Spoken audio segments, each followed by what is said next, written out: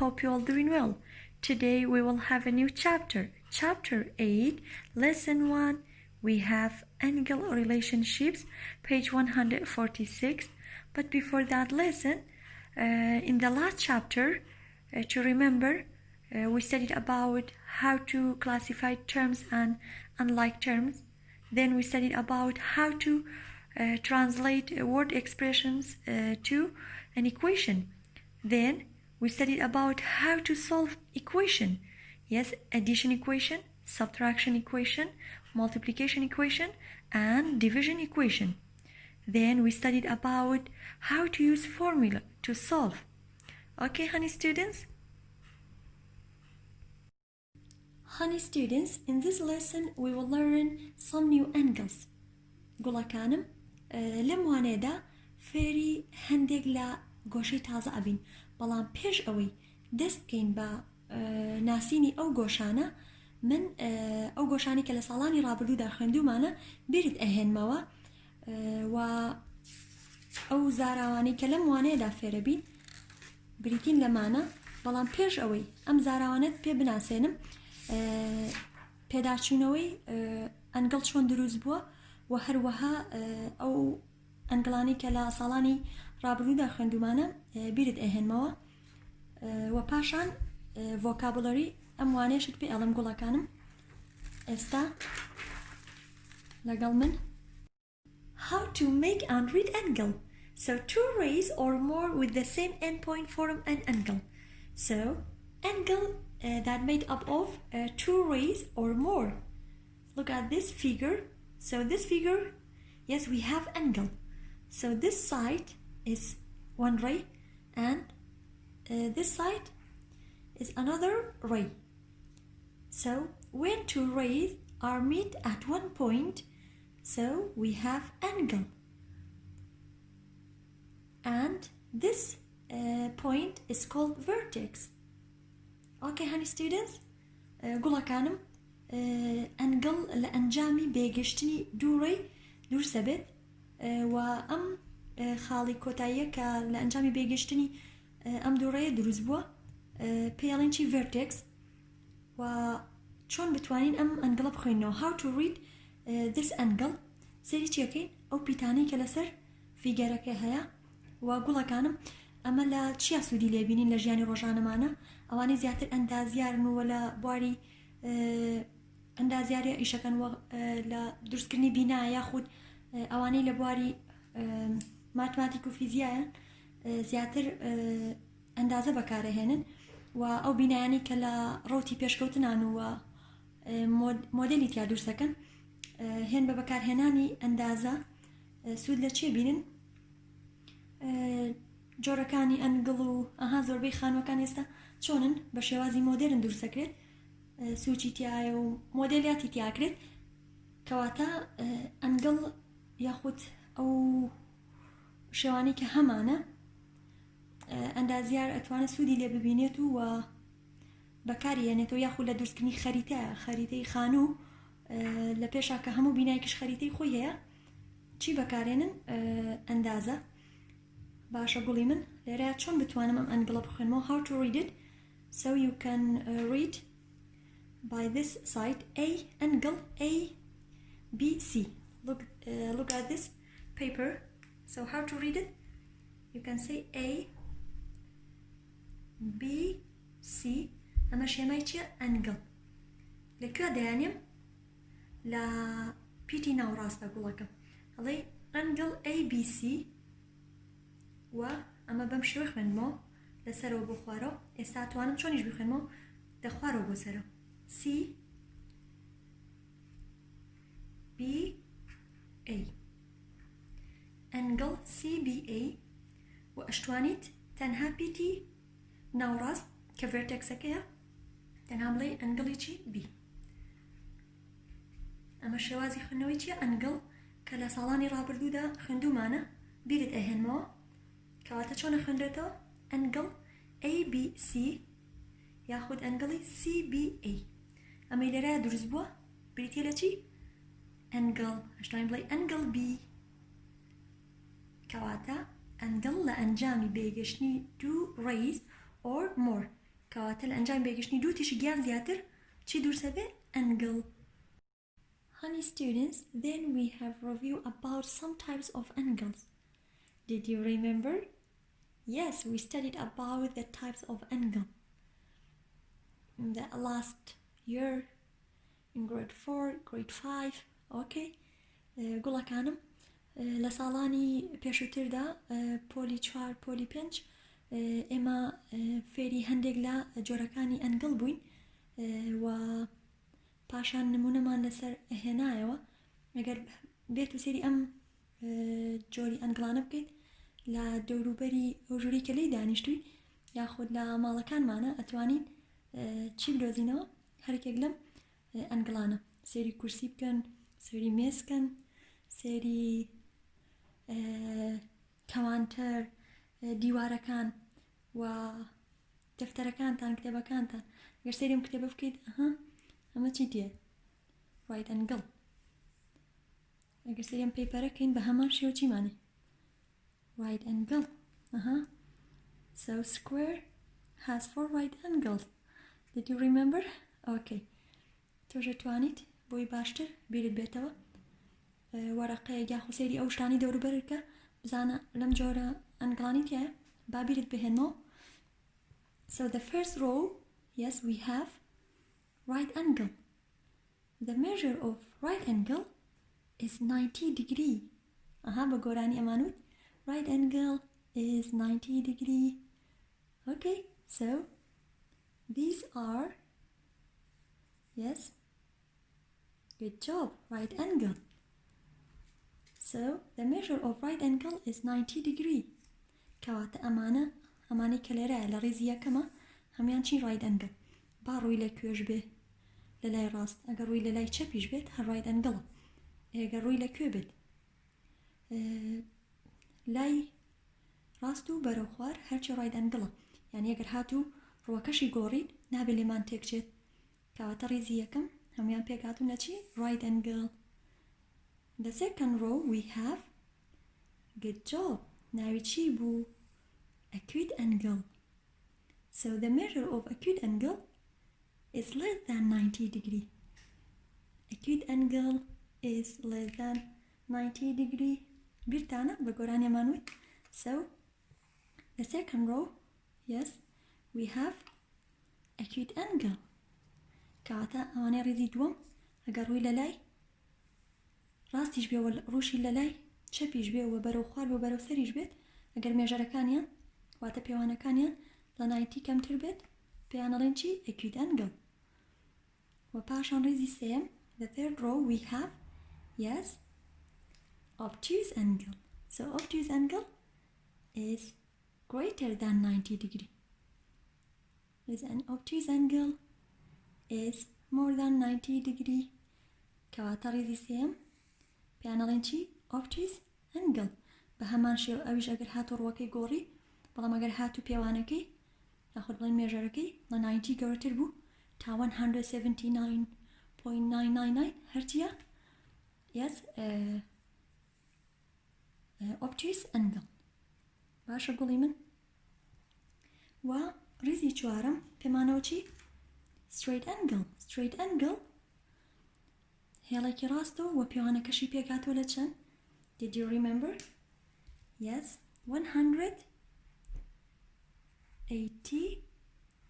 degree. گوڵەکەم ئەم پێوانە بچووکە پێڵێن چی؟ degree. 180 degree. چۆنی خوێنمەوە؟ 180 degree. کەواتە ڕێزی چوارم ئەم وێنێ چییە؟ straight angle. ڕێزی سێمیش پێکهاتوو لە چی؟ obtuse angle. ڕێزی دووەمیش acute angle. ڕێزی یەکەمیش right angle. بۆیە وێنەکانم بە ڕووی جیاواز بۆ کێشاون بۆی بیرتان بهێنمەوە ئەگەر ڕووەکەشی گۆڕی هەرچی ئەو ناوانیان هەیە کە بە پێی پێوانەکانیان کە چیشمان بەکارهێنا بۆ پێوانی گۆشە ئەو تووڵە چی بوو؟ ناوی چی بوو؟ protractor. Protractor is a tool to measure angle. کەواتە گۆشە پێ و ئەو ئامێرە بوو کە بەکارمانهێنا بۆ پێوانی گۆشەکان. هیوادارم بیرێک کەوت بێتەوە. پێشەی دەستکەین بە وانەی نوێ. Honey students, for this lesson we will have these vocabularies. So we will have some new angles. So the first one we have vertical angles, vertical angles, congruent angles, congruent angles, adjacent angles, adjacent angles, complementary angles, complementary angles, supplementary angles, supplementary angles. Now we have vertical angle. Are formed opposite each other when two lines intersect. When two lines are intersect at one point, so we have vertical angle. So how to read these angles? So we have angle ACB, or you can read by BCA, angle BCA.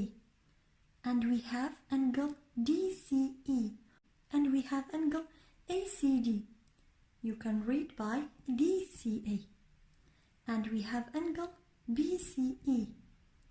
گوڵەکانم لێرەیە دوو لاین یەکتریان بڕیوە لە یەک پۆینتە کەواتە لە ئەنجامی بەیەگەشتنی دوو لاین یاخود یەکتر بڕینی دوو لاین لە یەک پۆینتە ئەنگڵ دروست بووە و ئەو ئەنگڵانێشی کە دروست بووە ئێستا ناوێنین و ئەنگڵی چیمان هەیە سەرەتا vertical angle باشە وەکو لە پێناسەکەیە هەیە ئەڵێت کاتێک دوو لاین یەکە بڕێت لە پۆینتێکە چی دروستە بێ vertical angle باشە گوڵی من vertical angle واتە ئەو گۆشانی کە سەربەرامبەرن بۆ نمونە ئەگەر پۆلەکەی خۆتان بیربێنمەوە سەربەرامبەر کوێ بوو ینی بەرامبەر کام پۆلە بوو پۆلی حەوت کەواتە پۆلی 6 و 7 چی بوون سەر بەرامبەر یەک بوون لێرەش ئەگەر سەیری ئەم ئەنگڵانە بکەین کام دوو ئەنگڵە بەیەکەوە سەر بەرامبەرن ینی vertical angle و ئەبێت هەمان چیشیان هەبێ ئەها لێرەیان نۆتێکم بۆ نووسیوین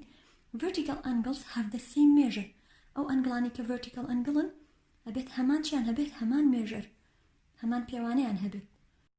In this figure we have 4 angles. How to read these angles? So angle ACB, we have angle ACD and angle DCE, and we have angle ECB. گوڵەکانم کاتێک ئەم دوو لاینەیەکیان بڕیوە لە ئەنجامی یەکتر بڕینی ئەم دوو لاینە 4 ئەنگڵ دروست بووە ئەی چۆن بیخوێنمەوە وەکو پێشتر بیرم هێنایتەوە ئەتوانی بەم شێوە بیخوێنیتەوە و فێرخوازێکی تر ئەڵێت مامۆستا ئەتوانم بەم شێوە بیخوێنمەوە بۆنە angle ACB, or you can read by this side واتە ئەتوانم لە لای ڕاستەوە بیخوێنمەوە BCA. ئەی باشە چۆن بتوانم vertical ئەنگڵەکان دیاری بکەم وەکو لە پێناسەکە بۆم باسکردن vertical angle کاتێک ئەم دوو لاینە یەکیان بڕیوە و ئەو دوو گۆشەی کە هەمان مێژەریشیان هەیە پێیان ئەڵێن چی vertical angle و سەر بەرامبەر یەکیشن کەواتە ئەتوانین بڵێن ئەنگڵی ACB لەگەڵ کام لەم سێ ئەنگڵان verticalە لەگەڵ ئەمان لەگەڵ ئەمان لەگەڵ ئەمە لەبەر ئەوەی لێرە تۆ چیت هەیە 150 degree ئایا کام ئەنگڵی تریش 150 degree یان کام ئەنگڵی تری سەر بەرامبەرە واتە ئەو ئەنگڵی کە سەر بەرامبەر ئەنگڵی چییە ACB. So angle DCE کەواتە نووسم چی angle ACB with angle DCE. DCE are vertical. Vertical what? Angles. Category angle ACB with angle DCE are vertical angles. وبهمان شيوة angle ACD with BCE are vertical angles. Let me write for you. So we write angle ACD with angle BCE. Angle BCE are vertical angles. كاتا قولي من ليردا انقلي ACD فرخوازي كتير ألد ما مصامن بمشي ويخوينمو هيج كيشمانية انقلي DCA لقل كم انقلا vertical انقلي ECB باش قولي من وهمان شيشانه have the same measure. هر كاتيكيش او دو انقلي همان ميجريان هبو تيشبن congruent.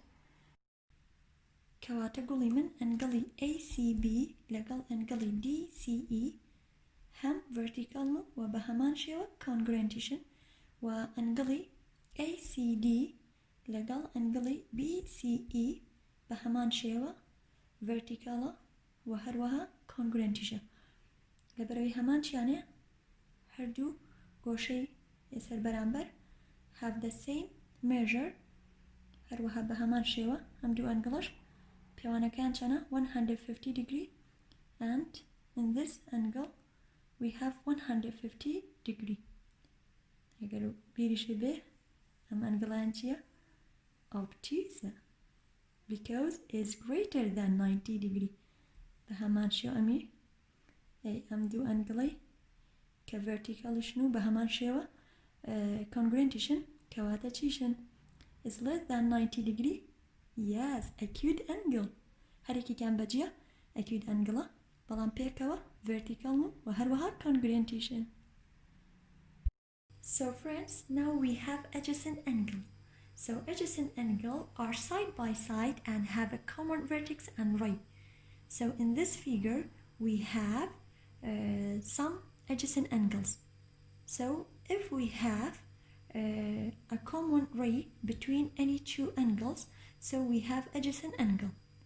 قولا كانم adjacent angle واتا قوشي هاوسي باشا او قوشانن كا لايك ياخد اتواين بلين ريك لنيوان يانا هاو باشا ساليريا كومالك قوشي هاوسي من هي اتوانين بلين انقلي CBE لقل كيا هاوسيا لقل انقلي EBD كواتا ام انقلا لقل اما كيا هاوسيا اگر پولکی خودتان بیر بید لقل چی پولک هاوسیا بون که دیوارێک مان بین بوو دەست خۆش لەگەڵ پۆلینۆ وایە گوڵەکانم کەواتە پۆلینۆ لەگەڵ پۆلی خۆتانە چین هاوسێن باشە وا داینێ ئەم ئەنگڵە چییە پۆلینۆیەکان باشە پۆلینۆیەکانیش لەگەڵ کێ هاوسێ بوون لەگەڵ پۆلی هەشتەکان کەواتە گوڵی من هەردوو ئەنگڵێک بگرین هەردووکیان چین بەیەکەوە هاوسێ بەڵام بەمەرجێک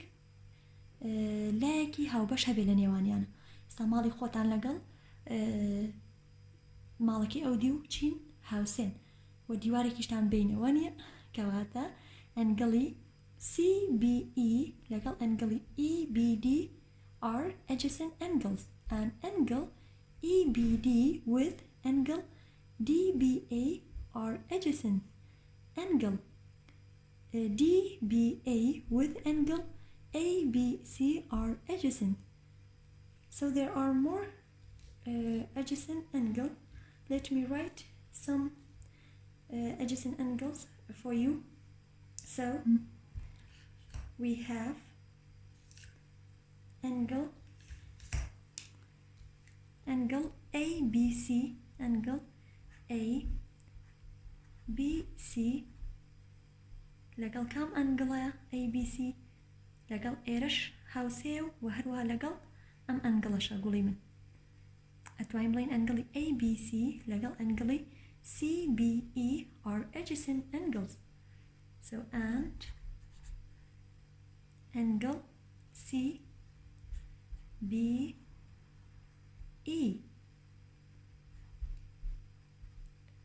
ما هي ما يتشوتمان angle ئەم ئەنگڵە لەگەڵ ئەمە چین are adjacent angles.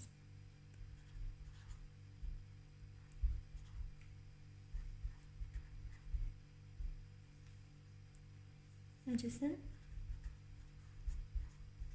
angles. باشە گوڵی من و هەروها ئەنگڵی CBE لەگەڵ ئەنگڵی yes EBD are adjacent. کەواتە ئێستا من ئەنووسم ئەنگڵی CBE and angle EBD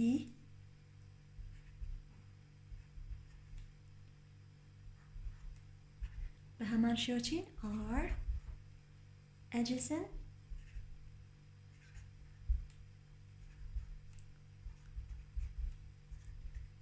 angles.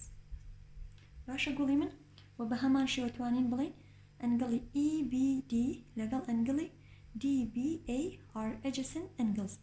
کەواتە هەردوو گۆشەیەک لێرەدا بگرین لێرە چین are adjacent angles. کەواتە هەردوو گۆشەیەک کاتێک ڕێیەکی هاوبەش یاخود لایەکی هاوبەش لە نێوانیانە هەبێت پێیانەڵێن چی are adjacent angles.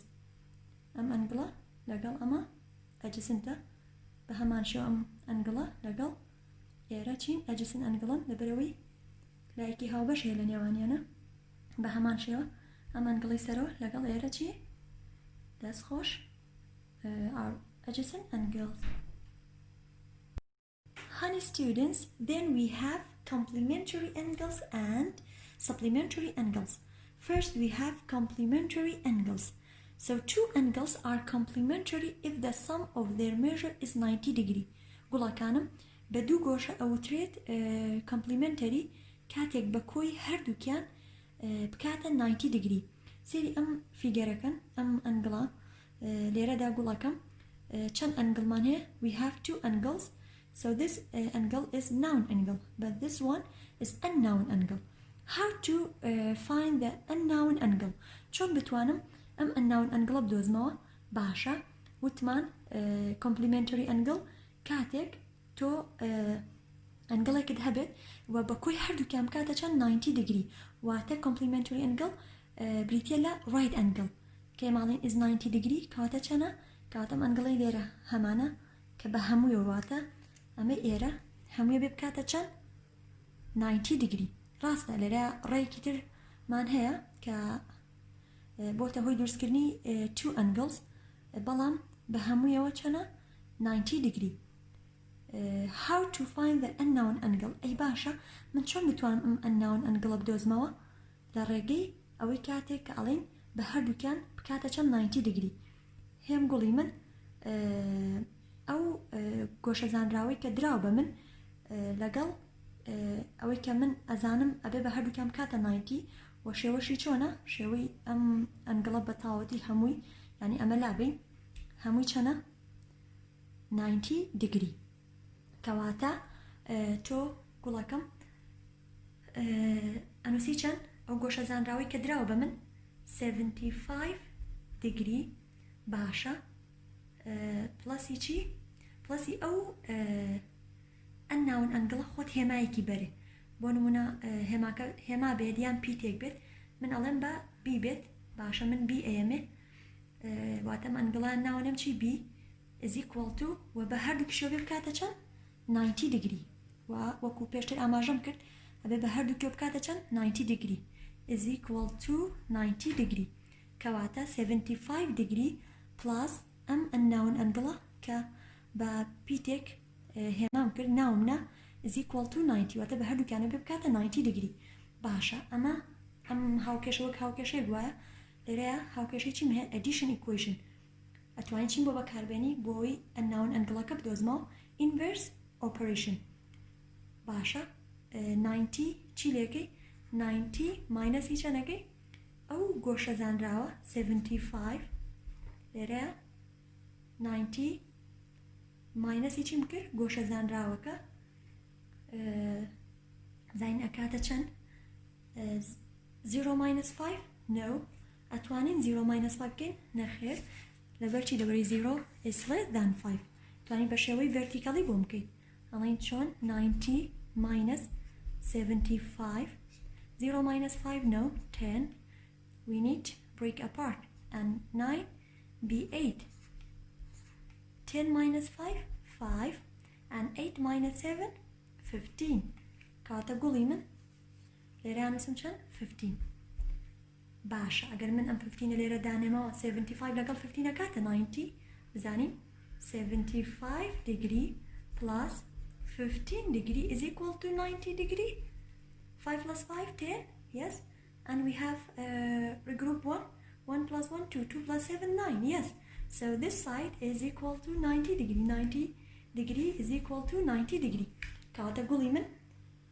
unknown angle كم بريتي لچن اوي كدوزيمو 15 كاتا ليرة امنا نسم چن 15 degree باوكا كم زور آسانة توكو پێشتر ڕڤیوی ئەو ئەنگڵانم پێکردیت لەسەرتایە کە لە ساڵانی پێشووترە خوێندومانە ئەمە شێوەی چی هەیە ڕایت ئەنگڵ واتە بە هەموویەوە چەنە 90 دیگری کەواتە هەردوو ئەنگڵێک بە کۆی هەردووکیان کاتە 90 دیگری پێڵێن چی کۆمپلیمنتری ئەنگڵ هیت ئەو گۆشەی کە زانراوە و هەمووشی 90ە ئێمە زانین هەمووی 90ە 90 ماینەسی چەندێکی ئەو گۆشەی کە ئەدرێ بە زانراوی ماینەسی 75 یەکەی پاشان گۆشە چی نەزانراوەکەت بۆ دەرەچێت کە چەنە 15 کەواتە 15 plus 75 هەمووی چەنە 90 دیگری باشە گوڵی من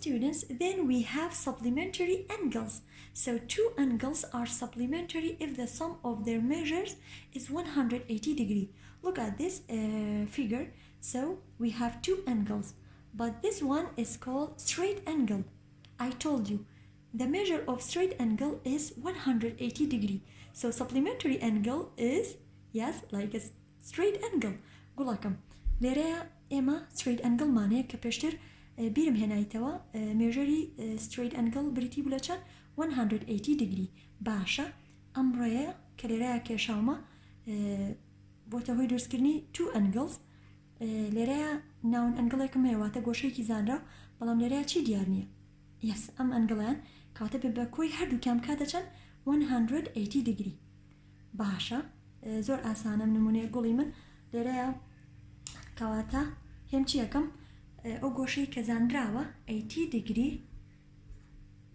plus ئەمان ناوێکی لێنێم بۆ نمونە ناویی لێنێم پیتێک ئەو پیتە چییە C is equal to ئەبێ بە کۆی هەردووکیان کاتە چەند 180 degree ئەو کاتەکە بە کۆی هەردووکیان کاتە 180 degree کەواتە بەو دوو گۆشەیاڵم چی supplementary گوڵەکەم واتە دوو گۆشەمان هەبێت پڕکەر بن باشە لێرەیە هێم چی یەکەم گۆشە زانراوەکە کە دراوە باشە لێرە خۆی کەوتم بە هەردووکیانە کاتە 180 degree لە پێشاوێ ژمارە گەورەکە بنووسی ئاگادار بە 180 degree ماینەسی چی یەکەم ئەو گۆشە زانراوە 80 degree باشە 180 degree minus 80 دەست خۆش ئەتوانی بەچی بکەی بە شێوەی vertically بەڵام لێیا ئاسانە 180 degree تێکەوەی 80 degree yes ئەزانم هەمووتان ئەتوانن چیم بۆ بکەن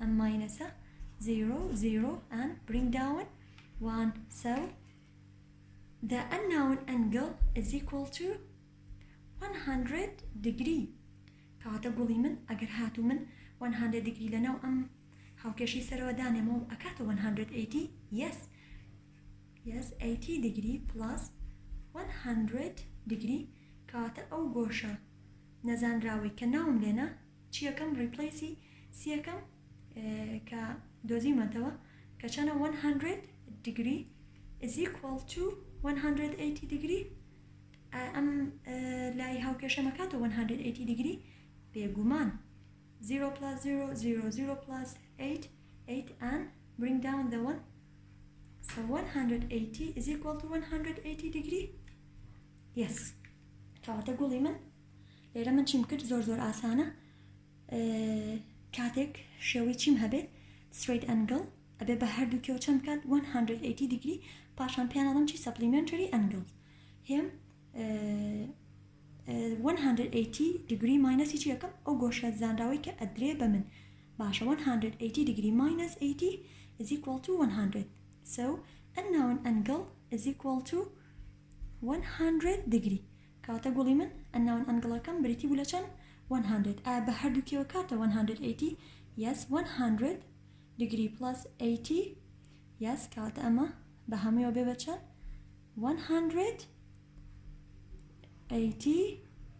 degree باشە گوڵەکانم کاتە بەم دوو ئەنگڵاڵین چی supplementary angle if the sum of their measures is 180 degree okay